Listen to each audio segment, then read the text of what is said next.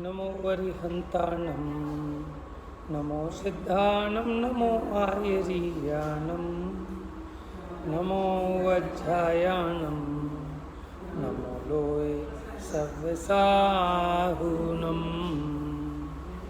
एष सुरासुरमणुसं वन्दिदं कमलं प्रणमामि वर्धमानं तीर्थं धम्मस्य कर्तारम्।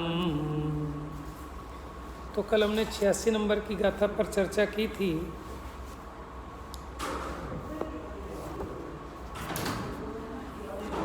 तो यहाँ मोह के नाश के उपायांतर को पूछा कि मोह के नाश का कोई दूसरा उपाय भी है क्या। तो उन्होंने बताया कि हाँ। तो क्या उपाय बताया? हाँ, देखिए उसका हिंदी पद्यानुवाद पढ़ता हूँ।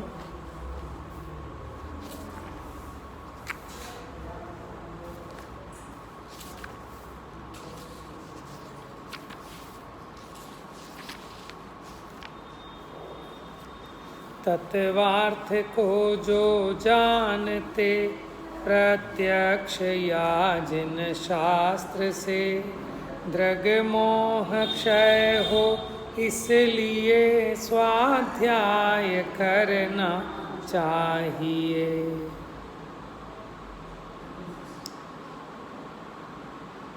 तो यहाँ बताया कि जिन शास्त्रों के द्वारा अर्थ को प्रत्यक्ष आदि प्रमाण से जो जानते हैं,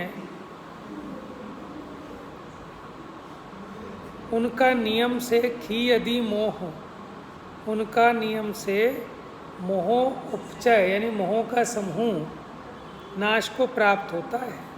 तमहा सत्थम समधिदव्वम, इसलिए क्या करना चाहिए? शास्त्र का स्वाध्याय करना चाहिए। तो उपायांतर है ये। पहला उपाय था कि जो अनंत को द्रव्य गुण पर्याय से जानता है वो अपने आत्मा को जानता है और उसका मोह नाश को प्राप्त होता है। तो अब ये पूछा क्या कोई दूसरा उपाय भी है? कि हाँ है, कि जिन शास्त्रों का स्वाध्याय करो। ये दूसरा उपाय है, क्योंकि जिन शास्त्रों का स्वाध्याय करने से तत्वार्थों का जानना होता है और तत्वार्थों के जानने से ही मोह का क्षय होता है। क्योंकि देखो, शास्त्र का अध्ययन किए बिना अनंत का स्वरूप, द्रव्य गुण पर्याय का स्वरूप, तत्व का स्वरूप कैसे जानोगे? ठीक है ना। यानी जो 80वीं गाथा में उपाय बताया था वो इस उपाय की अपेक्षा रखता है, शास्त्र स्वाध्याय की।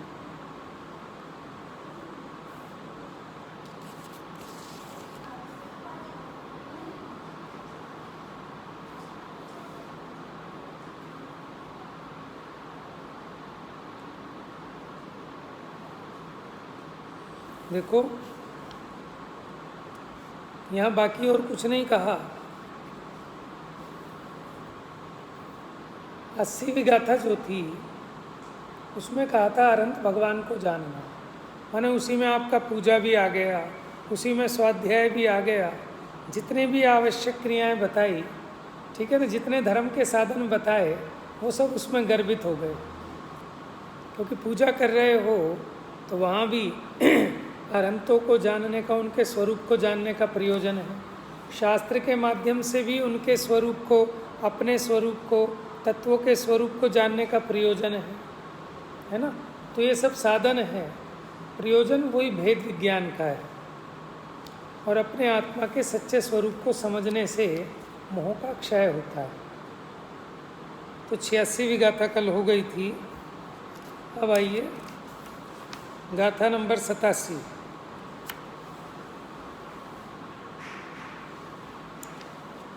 तो जो शास्त्र हैं उनको शब्द ब्रह्म कहा गया है। ब्रह्म कहते हैं आत्मा अथवा परमात्मा को, और उन शब्दों को कि जो इन तत्वों का स्वरूप बताते हैं उनको शब्द ब्रह्म कहा है ना। शुद्ध ब्रह्म परमात्मा, शब्द ब्रह्म जिनवाणी, शुद्धातम साधक दशा, नमो जोड़ जुगपाण है।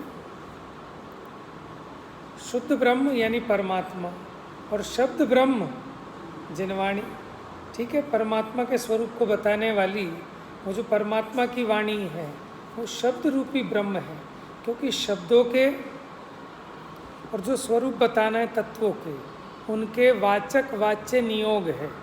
उन शब्दों के द्वारा उन तत्वों के स्वरूप का प्ररूपण होता है। चलिए पेज नंबर 148,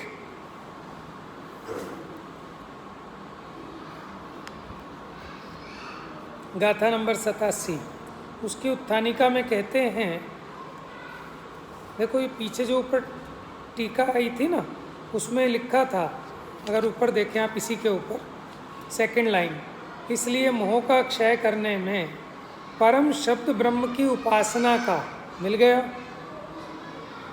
मोह का क्षय करने में नहीं मिला, इसी पेज पर 148 पर सेकंड लाइन, 148 पर, इसलिए मोह का क्षय करने में परम शब्द ब्रह्म की उपासना का भाव ज्ञान के आलंबन द्वारा दृढ़ किए गए परिणाम से सम्यक प्रकार अभ्यास करना सो उपायांतर है। कि किसका अभ्यास करना? परम शब्द ब्रह्म की उपासना का भाव ज्ञान के आलंबन द्वारा दृढ़ किए गए परिणाम से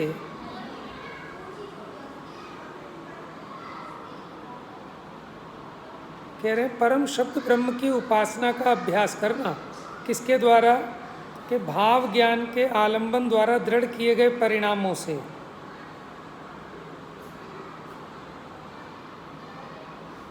देखो एक है द्रव्य श्रुत, एक है भाव श्रुत। ये जो शब्द ब्रह्म है ये द्रव्य श्रुत है, और इनके निमित्त से जो अपने को ज्ञान होता है वो भाव श्रुत है। देखो श्रुत ज्ञान के दो अर्थ होते हैं, एक तो शास्त्र ज्ञान, उसको भी श्रुत ज्ञान कहते हैं, ठीक है, और दूसरा अर्थ जो मति ज्ञान श्रुत ज्ञान है। वहाँ श्रुत ज्ञान का मतलब होता है मति ज्ञान से जाने हुए पदार्थों के संबंध से अन्य पदार्थों को जानना या उन्हीं को विशेष जानना, वो श्रुत ज्ञान है। तो वो वाला श्रुत ज्ञान एक इंद्रिय को भी होता है, दो इंद्रिय को भी, तीन इंद्रिय को भी, ठीक है, सैनी पंचेंद्रिय को तो होता ही है। लेकिन यहाँ वाले जो श्रुत ज्ञान की बात है ये सिर्फ सैनी पंचेंद्रिय को ही हो सकता है, माने शास्त्र ज्ञान, उसका पढ़ना समझना, ठीक है। तो दोनों को ही श्रुत ज्ञान कहते हैं। श्रुत ज्ञान का मतलब श्रोत्र इंद्रिय के निमित्त से सुनकर जो ज्ञान होता है उसके लिए भी श्रुत ज्ञान शब्द आता है। हाँ, तो ऊपर बात आई थी ना शब्द ब्रह्म की, तो इसीलिए अब उत्थानिका में कहते हैं अगली गाथा की कि जिनेंद्र के शब्द ब्रह्म में अर्थों की व्यवस्था किस प्रकार है। अर्थ किसे कहते हैं? द्रव्य गुण पर्यायात्मक वस्तु को अर्थ कहते हैं, अथवा द्रव्य को भी अर्थ कहते हैं, गुण को भी अर्थ कहते हैं, पर्याय को भी अर्थ कहते हैं, ठीक है। अर्थ माने पदार्थ, अर्थ माने वस्तु, अर्थ का मतलब धन भी होता है, अर्थ का मतलब मीनिंग भी होता है, अर्थ का मतलब प्रयोजन भी होता है, लेकिन यहाँ अर्थ का मतलब वस्तु से है, पदार्थ से है। तो पूछते हैं भगवान के शब्द ब्रह्म में अर्थों की व्यवस्था, माने जो द्रव्य है, गुण है, पर्याय है, पदार्थ है, उनकी व्यवस्था किस प्रकार है सो विचारते हैं। देखिए गाथा, दव्वाणि गुणाते सिम पज्जाया अट्ठ सन्नया भणिया तेसु गुण पज्जयाणम अप्पादवत्ति उपदेशो। देखो दव्वाणी माने द्रव्य, गुणा माने गुण, तेसिम पज्जाया और उनकी पर्याय। किनकी? नहीं, द्रव्य की और गुणों की पर्याय। कि द्रव्य की होती है पर्याय की, गुणों की होती है। अब ये विषय आगे बढ़ेगा तो वहाँ बताएंगे एक होती है द्रव्य पर्याय, एक होती है गुण पर्याय, ठीक है, आगे बढ़ते बढ़ते आएगा। अब आप कहोगे द्रव्य पर्याय क्या है? कि दो द्रव्यों के मेल से जो एक अवस्था उत्पन्न होती है उसको कहते हैं द्रव्य पर्याय। अब वो दो तरह की, समान जाति द्रव्य पर्याय और असमान जाति द्रव्य पर्याय। अब आगे बढ़ते जाएंगे धीरे धीरे, अभी यहाँ उसकी बात नहीं कर रहे। दूसरी है गुण पर्याय, ठीक है, गुणों के परिणमन को पर्याय कहते हैं। और जिसको हम गुण पर्याय कहते हैं उसको भी द्रव्य पर्याय कह सकते हैं, कोई आपत्ति नहीं है, ठीक है। देखिए क्या कहते हैं, दव्वाणी गुणा तेसिम पज्जाया, के द्रव्य गुण और उनकी पर्याय। अट्ठ संज्ञा भणिया, अट्ठ माने अर्थ, संज्ञा माने संज्ञा, संज्ञा होता है नाम, ठीक है, अर्थ नाम से भणिया, भणिया माने कही गई हैं, ठीक है। तो यानी द्रव्य गुण और उनकी पर्यायें किस नाम से कही गई हैं, अर्थ नाम से।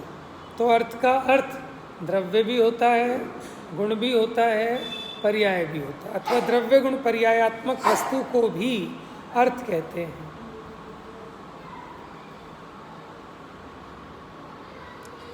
तेसु गुणपज्जयाणम अप्पा दव्वत्ति उपदेशो, तो कहते हैं कि जो उन गुण पर्यायों का, अप्पा माने आत्मा, दव्वत्ति उपदेशो, कि गुण पर्यायों का आत्मा कौन है, कि द्रव्य है, ऐसा उपदेश दिया गया है। जब लिखा हो ऐसा उपदेश दिया गया है तो इसका मतलब जिनेंद्र भगवान ने ऐसा कहा है। तो भी लगेगा ये बात कहाँ से आ गई कि गुण पर्यायों का भी कोई आत्मा होता है क्या। यहाँ कह रहे हैं तेसु गुणपज्जयाणम अप्पा, अप्पा माने आत्मा, दव्वत्ति उपदेशो, के द्रव्य कहा गया है। यानी गुण पर्यायों का अधिष्ठाता कौन है, गुण पर्यायों का मालिक कौन है। द्रव्य गुण माने गुण पर्याय किस मई है, समझ में आया। आत्मा का मतलब क्या, जैसे हम कहते हैं ना चैतन्यात्मक, पुद्गलात्मक, माने पुद्गल ही है आत्मा जिसका, तो आत्मा का मतलब उसका स्वरूप, आत्मक शब्द यूज करते हैं ना, पुद्गलात्मक है, चेतनात्मक। तो आत्मक माने उसमयी, उसका स्वरूप। तो क्या कहते हैं, द्रव्य गुण और उनकी पर्यायें वो तो अर्थ नाम से कही गई हैं। तेसु गुण पज्जयाणम, और उनमें गुण पर्यायों का अप्पा आत्मा द्रव्य है, ऐसा जिनेंद्र भगवान का उपदेश है। देखिए अन्वयार्थ, द्रव्य गुण और उनकी पर्यायें अर्थ नाम से कही गई हैं। उनमें गुण पर्यायों का आत्मा द्रव्य है, गुण और पर्यायों का स्वरूप, गुण पर्यायों का सत्व द्रव्य ही है। वे कोई भिन्न वस्तु नहीं है कि द्रव्य कोई अलग चीज़ हो कि गुण पर्याय उसमें रहते हैं, ठीक है ना। गुण पर्याय की जो सत्ता है, गुण पर्याय का जो सत्य है, उसी को द्रव्य कहा गया है। इस प्रकार का उपदेश है। टीका देखिए, द्रव्य गुण और पर्यायों में अभिधेय भेद होने पर भी अभिधान का अभेद होने से वे अर्थ हैं। अब ये शब्द आपने शुरू में सुना होगा समय सार जी में, अभिधेय। इस ग्रंथ का अभिधेय क्या है, अभिधेय माने कहने योग्य, किसको कहना माने वाच्य, और अभिधान वाचक। तो कहते हैं द्रव्य गुण और पर्याय में अभिधेय भेद होने पर भी, यानी वाच्य भेद होने पर भी, क्योंकि द्रव्य गुण पर्याय सर्वथा एक हों तो हम इन्हें तीन नामों से क्यों कहते, ठीक है ना। तो इनका वाच्य अलग अलग है। द्रव्य माने द्रव्य अन्वय, सुद्रव्य, अन्वय के विशेषण वो गुण, और अन्वय के व्यतिरेक वो पर्याय। तो अभिधेय माने उसका वाच्य। तो द्रव्य गुण और पर्यायों में अभिधेय भेद होने पर भी अभिधान का अभेद होने से वे अर्थ हैं। अभी आगे और पढ़ेंगे, देखेंगे इसमें क्या आता है। अब ये कह रहे हैं अभिधान का भेद होने से, अभिधान तो यहाँ वाचक को कहेंगे। अब वाचक का अभेद होने से कह रहे हैं इसको एक नाम दे दिया अर्थ, क्योंकि द्रव्य भी अर्थ है, गुण भी अर्थ है और पर्याय भी अर्थ है। तो वाचक तो एक ही हो गया, लेकिन इनके वाच्य अलग अलग हैं। अलग अलग का मतलब सर्वथा अलग नहीं लेना। देखो, द्रव्य गुण पर्याय में द्रव्य भेद नहीं है, क्षेत्र भेद नहीं है, काल भेद भी नहीं है, लेकिन भाव भेद किसी अपेक्षा घटित होता है। जैसे संज्ञा, संख्या, लक्षण और प्रयोजन, इस अपेक्षा तो इनमें भेद ठहरेगा। आपस में इनमें कौन सा अभाव है? द्रव्य गुण पर्यायों में द्रव्य हैं वो गुण रूप नहीं है ना, गुण हैं वो पर्याय रूप नहीं है। इनका आपस में कोई अभाव है क्या? उसका नाम है तदाभाव, अथवा इसको कहते हैं अतद भाव। ठीक है, यानी द्रव्य गुण नहीं है, गुण पर्याय नहीं। अगर हो जाते तो फिर ये इसके 3 नाम नहीं होते, द्रव्य गुण पर्याय। लेकिन यहाँ तो ये सिद्ध करना है,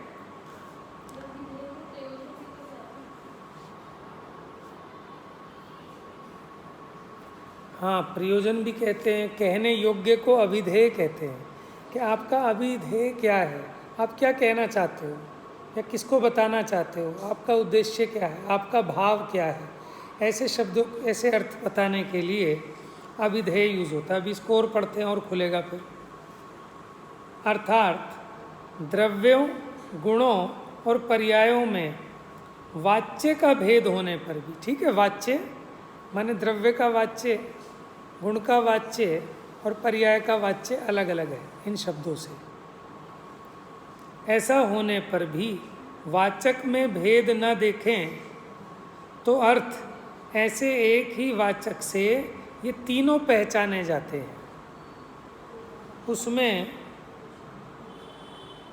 इन द्रव्यों, गुणों और पर्यायों में से जो गुणों को और पर्यायों को प्राप्त करते हैं, देखो आगम ग्रंथों में यही परिभाषा बताई, जो गुण और पर्यायों को प्राप्त करे वो द्रव्य है।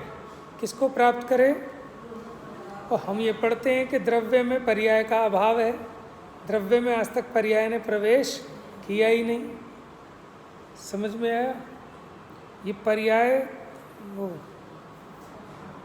कौन सा भजन है? मैं चेतन हूँ जड़ पुद्गल से भिन्न सदा ही रहता हूँ। आगे क्या है ना? उसमें मतलब ये है कि ये सब रागादिक वगैरह की तो बात बहुत दूर की है। मैं उन पर्यायों से भी भिन्न रहता हूँ, मुझ में पर्यायों का भी प्रवेश नहीं है। ऐसी वो है ना, पर्यायों के पार देख ले आप स्वयं भगवान रे। यानी पर्यायों से पार जाके है आत्मा। ठीक है, तो हमें उसका भाव ऐसा भासित होने लगता है कि पर्याय तो ऊपर ऊपर हैं। नहीं, जैसे जल में तेल जुदा है, जैसे जल में तेल जुदा है क्योंकि मिलता नहीं है, ऐसे कोई माने कि आत्मा से पर्याय ऐसे ही जुदी है जैसे जल से तेल जुदा है। तो ऐसा सर्वथा मत ग्रहण करना। वो उदाहरण तो एक देश घटित होता है, और वो भी टोडरमल जी जैसा उदाहरण तो देने की सामर्थ्य किसी की दिखाई नहीं देती। टोडरमल जी ने दिए सही सटीक एकदम उदाहरण, जो शब्दशः घटित होते हैं। उस पर भी कहते हैं कि उदाहरण एक देश घटित होते हैं। ठीक है ना? हमारा तो उदाहरण सुन के कन्फ्यूज़ हो जाए जब हम कहें आत्मा अखंड है, कि कैसा अखंड?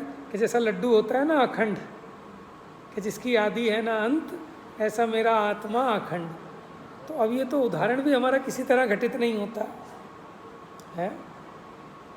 तो वो भाव वासना वैसी होने लगती है कि आत्मा क्या है, कि तो रस से लबालब भरा हुआ है, तो उसको वो गुलाब जामुन याद आने लगते हैं डूबे हुए। तो भाव वासना वैसी कर लेते हैं जी। समझ में आया ना? तो इसलिए थोड़ा बहुत आगम ग्रंथों का अगर स्वाध्याय हो तो अध्यात्म का यथार्थ रहस्य समझ में आता है। ठीक है, वो ठीक है, किसी की योग्यता अच्छी हो तो बिना समझे भी एक बार में मुद्दे की बात समझ जाए, लेकिन वो राजमार्ग नहीं है। तो वो कहते हैं जैसे किसी ने, किसी के गड़ा हुआ धन था तो उसके तो निकल गया एकदम। अब ये सोचकर हाथ पे हाथ धर के सब तो नहीं बैठे रह सकते ना। राजमार्ग तो यही है कि पहले तत्वादिक, द्रव्यादिक, इनके नामादिक सीखे, इनके भेद प्रभेद जाने, इनके लक्षण जाने, परीक्षा जाने। राजमार्ग तो यही है। लेकिन कोई कहे कि जो शेर को सम्यक दर्शन हुआ था उसने भी पढ़े थे क्या ये सब, कि तुम शेर की छोड़ दो, उसके तो गड़ा हुआ धन निकला, पूर्व का कोई अभ्यास भी होगा, कोई संस्कार भी होगा, उसका ऐसा पुरुषार्थ भी होगा।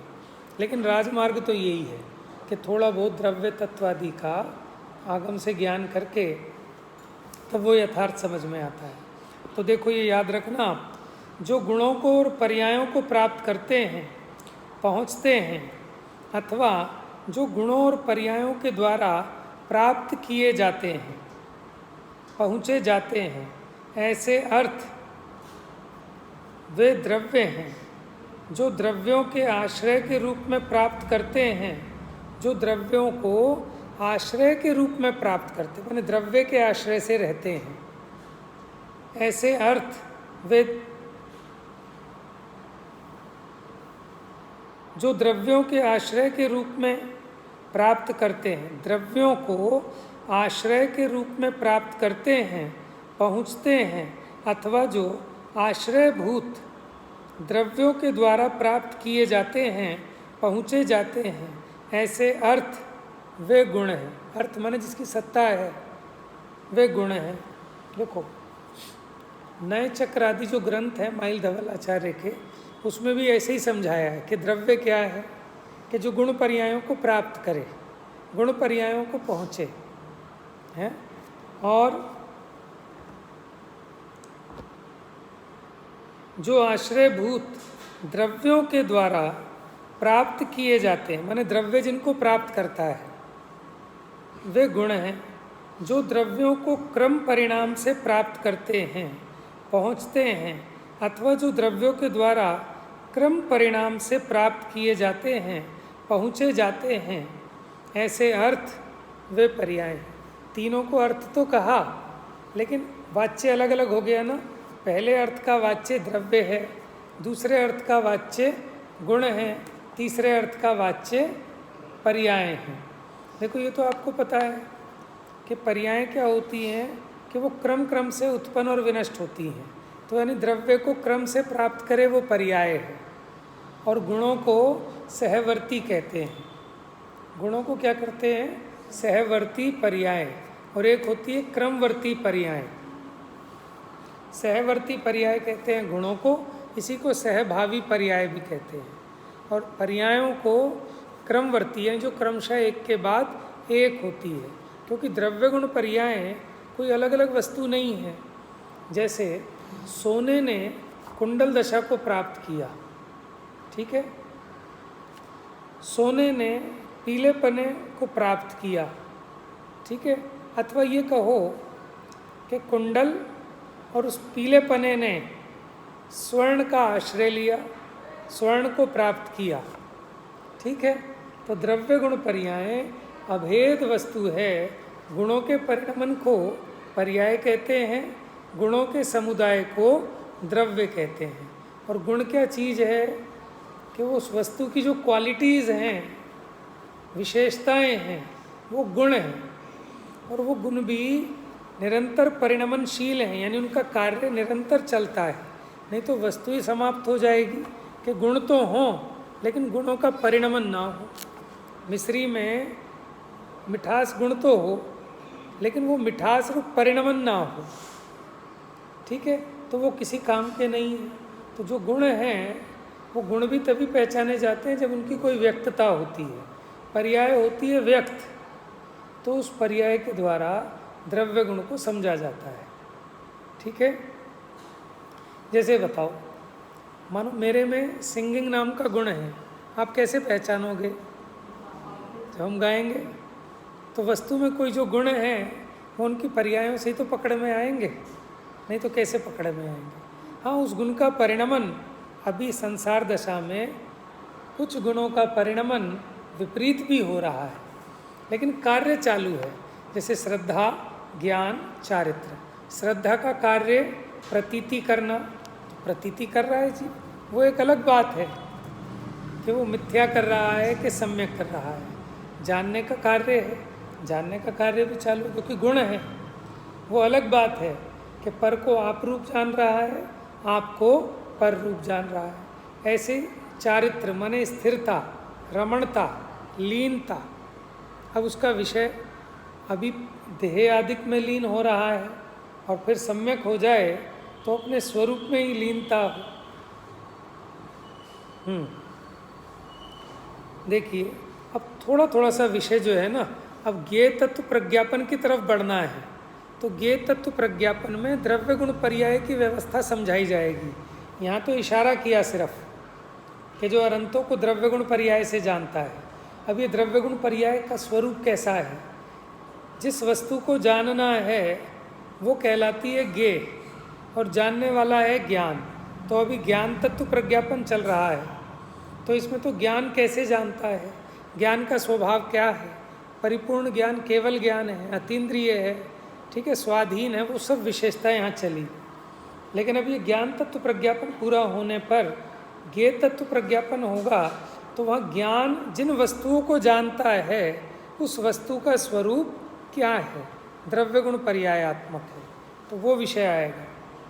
ठीक है, लेकिन घबराना नहीं, थोड़े शब्द नए लगेंगे आप लोगों के, लेकिन उसका भाव मोटा मोटा ग्रहण हो जाएगा।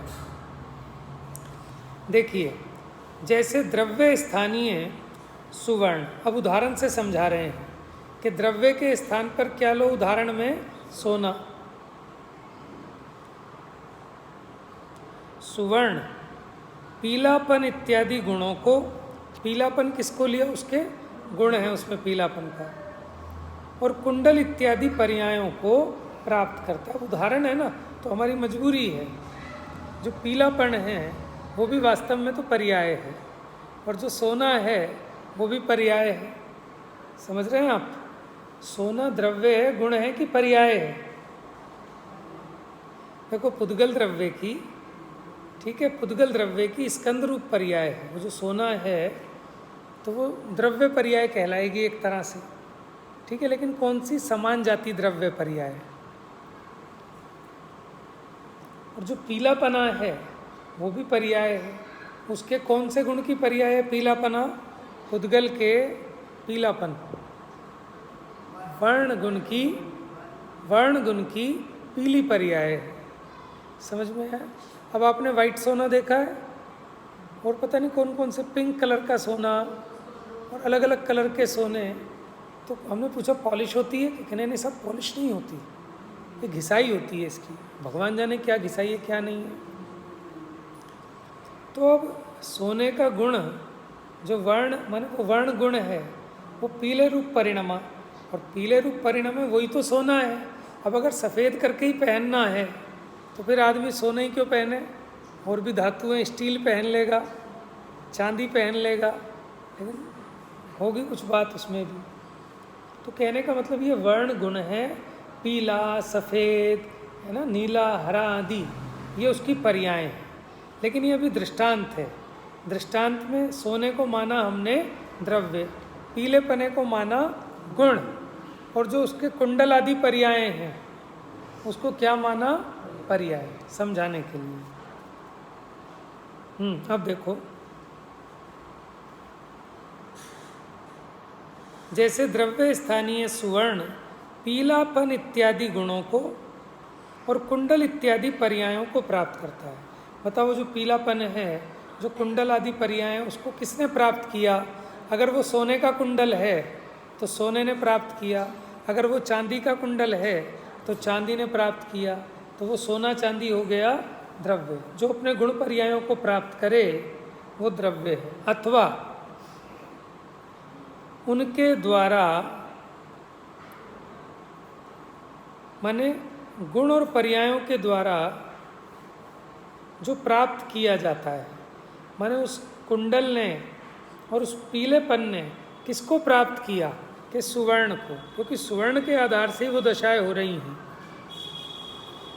अथवा उनके द्वारा, किनके द्वारा? पीलापन आदि गुणों और कुंडल आदि पर्यायों द्वारा प्राप्त किया जाता है, पहुंचा जाता है इसलिए द्रव्य स्थानीय सुवर्ण अर्थ है। जैसे पीलापन इत्यादि गुण सुवर्ण को आश्रय के रूप में प्राप्त करते हैं, पहुँचते हैं, अथवा आश्रयभूत सुवर्ण के द्वारा प्राप्त किए जाते हैं, पहुँचे जाते हैं। इसलिए पीलापन इत्यादि गुण अर्थ है। अभी मुझे यहाँ ऐसा लग रहा है कि अर्थ शब्द का एक अर्थ ये भी होता होगा इस सेंस में कि जो गुण पर्यायों को प्राप्त करे अथवा जो गुण पर्यायों के द्वारा प्राप्त किया जाए उसको भी अर्थ कहते हैं। ये देख के बताएंगे जैन सिद्धांत कोश में कि अर्थ के कितने अर्थ हैं। इसीलिए वो कह रहे हैं, इसलिए वो अर्थ है क्योंकि बार बार ये कह रहे हैं ना कि वो गुण पर्यायों को पहुँचते हैं, प्राप्त करते हैं, इसलिए वे अर्थ हैं। है? नहीं नहीं नहीं, अथवा वे आश्रयभूत सुवर्ण के द्वारा प्राप्त किए जाते हैं, पहुँचे जाते हैं, इसलिए पीलापन इत्यादि गुण अर्थ हैं। और जैसे कुंडल इत्यादि पर्याय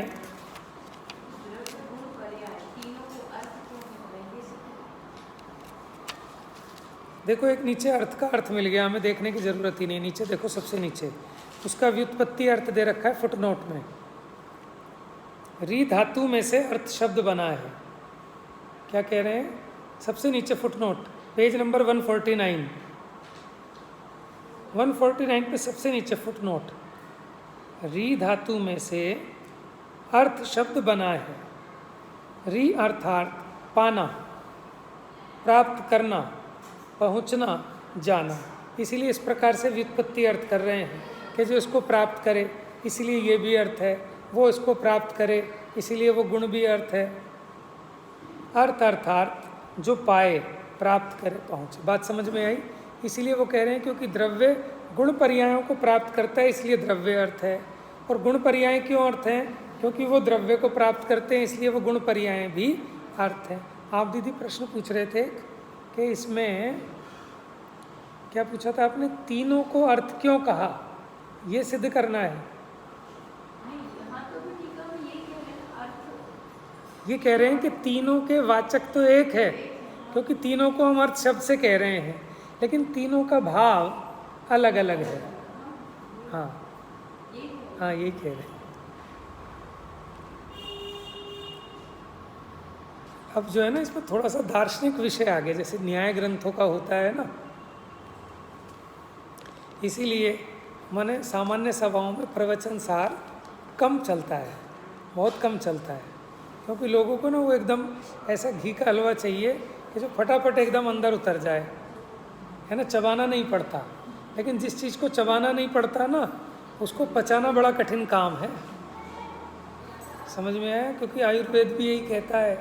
अब देखो, पता नहीं, अब मुझे समझ में नहीं आता कि लोग कहते हैं जब बीमार है तो खिचड़ी खाओ, तो वो खिचड़ी को तो चबाना ही नहीं पड़ेगा, चबाएगा ही नहीं आदमी आलस में, वो ऐसे ही खा जाएगा। और जिस चीज़ को आपने नहीं चबाया तो आपकी वो सलाइवा नहीं बनेगा उसमें, जिसको लार कहते हैं। तो जब तक लार के साथ मिक्स नहीं होगा तो वो पचेगा ही नहीं।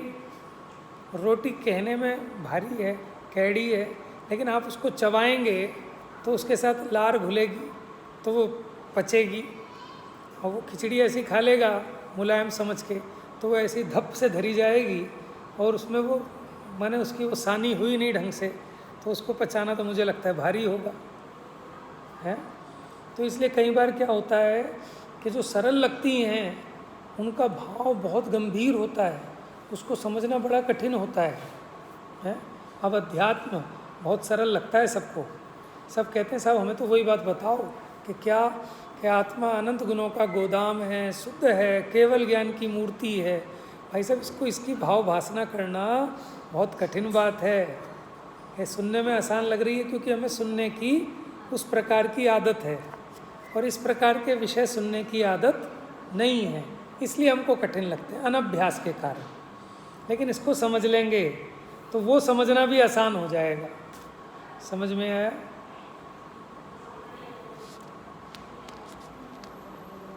जैसे कुंडल इत्यादि पर्याय सुवर्ण को क्रम परिणाम से प्राप्त करती हैं। देखो, कुंडल था, ठीक है, कुंडल तोड़ के फिर उससे अंगूठी बना ली, ठीक है, अंगूठी को गला के फिर पजेब बना ली। तो पहले कुंडल दशा ने सोने को प्राप्त किया था, फिर अंगूठी ने सोने को प्राप्त किया, अंगूठी दशा ने, फिर पजेब दशा ने सोने को प्राप्त किया, लेकिन क्रम क्रम से। तो इसी प्रकार कुंडल आदि पर्याय सुवर्ण को क्रम परिणाम से प्राप्त करती हैं, पहुँचती हैं, अथवा वे सुवर्ण के द्वारा क्रम परिणाम से प्राप्त की जाती हैं, पहुँची जाती हैं, इसलिए वो पर्याय भी अर्थ है। अब समझ गए अर्थ, क्योंकि पाना, पहुँचना, उसको कहते हैं अर्थ। तो द्रव्य गुण पर्यायों को प्राप्त करता है, ठीक है, गुण द्रव्यों को प्राप्त करता है, अथवा पर्याय द्रव्य को प्राप्त करती हैं, द्रव्य पर्यायों को प्राप्त करता है, इसलिए तीनों अर्थ हैं, इसलिए इनका वाचक एक है अर्थ। इसलिए कुंडल इत्यादि पर्याय अर्थ हैं। इसी प्रकार अन्यत्र भी हैं। इस दृष्टांत की भांति सर्व द्रव्य गुण पर्याय में भी समझना चाहिए। और जैसे इन सुवर्ण, पीलापन इत्यादि गुण और कुंडल इत्यादि पर्यायों में, इन तीनों में पीलापन इत्यादि गुणों का और कुंडल आदि पर्यायों का सुवर्ण से अपृथकत्व होने से, अपृथकत्व माने पृथक होता है प्रदेश भेद, अपृथक होता है जिसमें क्षेत्र भेद नहीं, एक है, वस्तु एक ही है। तो गुण पर्यायों का यानी कुंडल अलग है क्या सोने से? सोना तो द्रव्य है, कुंडल पर्याय है, तो सोने से अलग है कुंडल। समझ में आ गया ना? पीलापन कहीं अलग है, उसका क्षेत्र कुछ अलग है क्या? प्रदेश कहीं कुछ अलग नहीं है। तो इसलिए सुवर्ण से उन गुण और पर्यायों का अपृथकत्व होने से उनका पीलापन इत्यादि गुणों का और कुंडल इत्यादि पर्यायों का सुवर्ण ही आत्मा है। आत्मा माने उसका सत्व।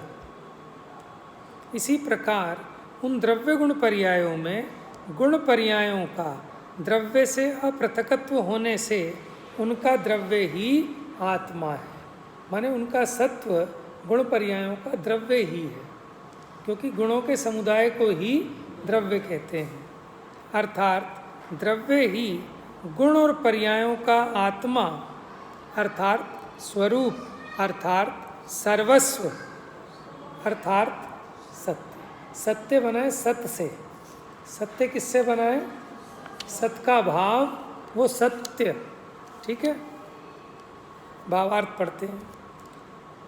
86वीं गाथा में कहा है कि जिन शास्त्रों का सम्यक अभ्यास मोह क्षय का उपाय है। यहाँ संक्षेप में यह बताया कि उन जिन शास्त्रों में पदार्थों की व्यवस्था किस प्रकार कही गई है।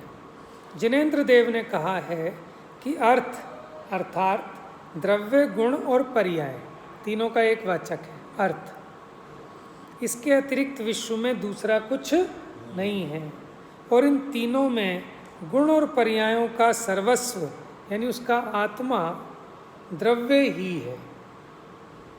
ऐसा होने से किसी द्रव्य के गुण और पर्याय अन्य द्रव्य के गुण और पर्याय रूप किंचित मात्र नहीं होते। समस्त द्रव्य अपने अपने गुण और पर्यायों में रहते हैं। ऐसी पदार्थों की स्थिति मोहक्षय के निमित्त भूत पवित्र जिन शास्त्रों में कही है। माने ऐसा क्या है उन जैन शास्त्रों में कि उनके पढ़ने से, उनके स्वाध्याय करने से मोह का क्षय हो जाता है। तो वहाँ अर्थ माने वस्तु के द्रव्य गुण पर्याय के स्वरूप का निरूपण है, उसके अलावा कुछ नहीं बचता। जो भी कोई वस्तु है वो द्रव्य गुण पर्यायात्मक है। तो उसका स्वरूप समझने पर इसको ये समझ में आएगा कि एक द्रव्य किसी दूसरे द्रव्य के गुण पर्यायों में कुछ नहीं कर सकता, उस रूप होता नहीं है। तो जीव को भेद विज्ञान उदित होगा। अभी देह आदि पर द्रव्यों में अपनत्व कर रहा है, एकत्व कर रहा है, क्योंकि इसको अपनी मर्यादा का बोध नहीं है कि मेरी सीमा मेरे द्रव्य गुण पर्याय तक है, उसके बाहर ठीक है वो अलग है, भिन्न अत्यंत अभाव है। तो इसलिए कह रहे हैं कि आप जिन शास्त्रों का स्वाध्याय करेंगे तो आपको वस्तु के स्वरूप का द्रव्य गुण पर्याय का निर्णय होगा और जो द्रव्य गुण पर्याय के संबंध में मूढ़ता थी उसी का नाम तो मोह था, मिथ्यात्व था। तो आपकी द्रव्य गुण पर्याय संबंधी मूढ़ता नष्ट हो जाएगी, आपका दर्शन मोह नष्ट हो जाएगा। इसलिए जिन्हें अपना दर्शन मोह का नाश करना हो उन्हें जिनेंद्र भगवान के उपदेश को ग्रहण करना चाहिए, उसका स्वाध्याय करना चाहिए। तो इस प्रकार ये 87वीं गाथा में जिन शास्त्रों में तत्वों की व्यवस्था, पदार्थों की व्यवस्था किस प्रकार है, जिसको आप शब्द ब्रह्म कह रहे हो, तो उसको बताने वाली 87 नंबर की गाथा पूरी हुई। आप लोग पढ़ के देखना, फिर कोई चीज़ समझ में नहीं आए तो कल पूछना। अब तो यही विषय चलेगा इसमें आगे आगे। जा वाणी के ज्ञान से सूझे लोकालो, सो वाणी मस्तक नमो सदा देत हूँ धो।